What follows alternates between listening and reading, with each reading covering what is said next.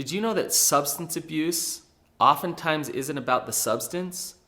I'm going to show you how low self-esteem leads to substance abuse, and I'm going to talk about the one thing that can replace the substance and bring real healing and recovery.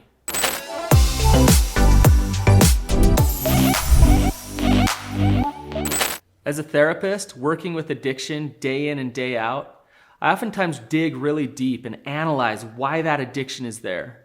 There are roots to an addiction, and one of the main roots of an addiction is low self-worth.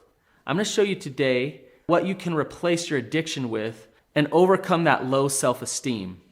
Research has been done, and it's shown that most people struggling with addiction have one belief, and that belief is, I'm unlovable as I am. I'm bad and I'm unworthy of love. That one belief drives addiction. Now, addiction is an attachment disorder. Let me explain what that means. Addiction both soothes attachment wounds and creates more attachment problems.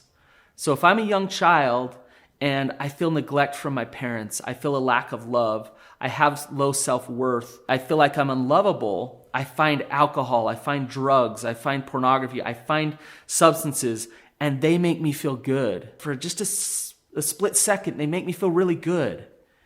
And in that moment, all my pain goes away.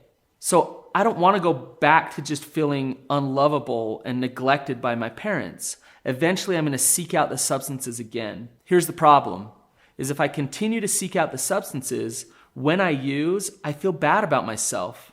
I feel like I'm compulsive, I'm weak, this thing has a hold over me, nobody will love me as I am. So not only do my life experiences from my family or from wherever tell me that you're not good enough and that you're not lovable, but now the use of those substances actually reiterate that feeling. They drive it home, and I believe that I am unlovable.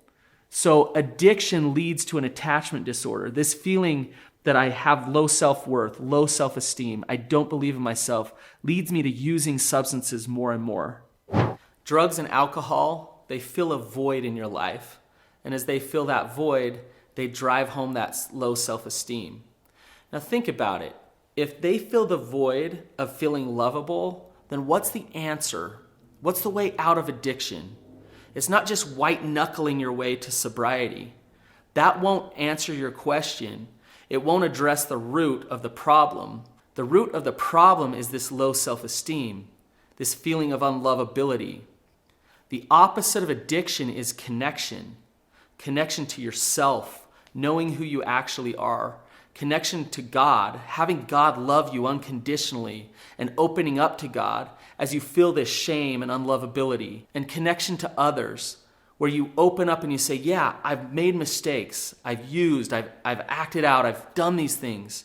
But those people say, you know what, you're still okay.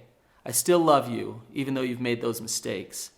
The answer, the way out, the way to healing is connection. I'm going to give you the way out of addiction, and it's so important.